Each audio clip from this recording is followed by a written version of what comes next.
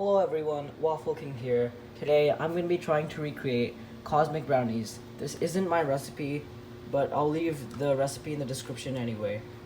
Let's get started. First, what you want to do is you want to mix 3/4 of a cup of all-purpose flour, 3/4 of a cup of cocoa powder, 1 teaspoon of baking powder, and a half a teaspoon of salt.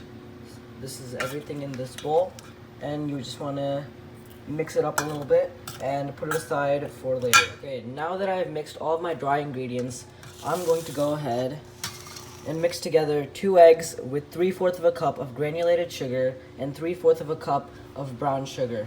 You want to mix your eggs and sugar for at least 3 minutes with a hand whisk or 1 minute with an electric whisk. After you mix it up, it should look a little bit like this. I know it looks kind of gross, but after you add in the rest of the ingredients, it's going to look much better. Next, we're going to add 3/4 of a cup of unsalted butter that is melted. You want to make sure that that butter isn't hot though, because if the butter is hot and you mix it with the eggs are going to scramble, and that's just a recipe for disaster. After you're done mixing in the butter, mix in the rest of your dry ingredients. Add in 1/4 of a cup of milk and 1 teaspoon of vanilla extract. When you're done mixing in your dry ingredients, pour out your batter into a 13 by 8 inch pan. After your brownies are baking in the oven, you want to get half a cup of heavy cream, heat it up in the microwave until it's hot, and then you want to pour it over 1.5 cups of semi-sweet chocolate chips, and then you'll have your glaze. Okay, I let the brownies cool completely, and then I put the glaze on top of the brownies. And now all we have to do is add the sprinkles.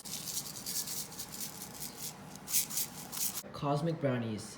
Be sure to leave a like and subscribe. I'll see you guys in the next one. Peace.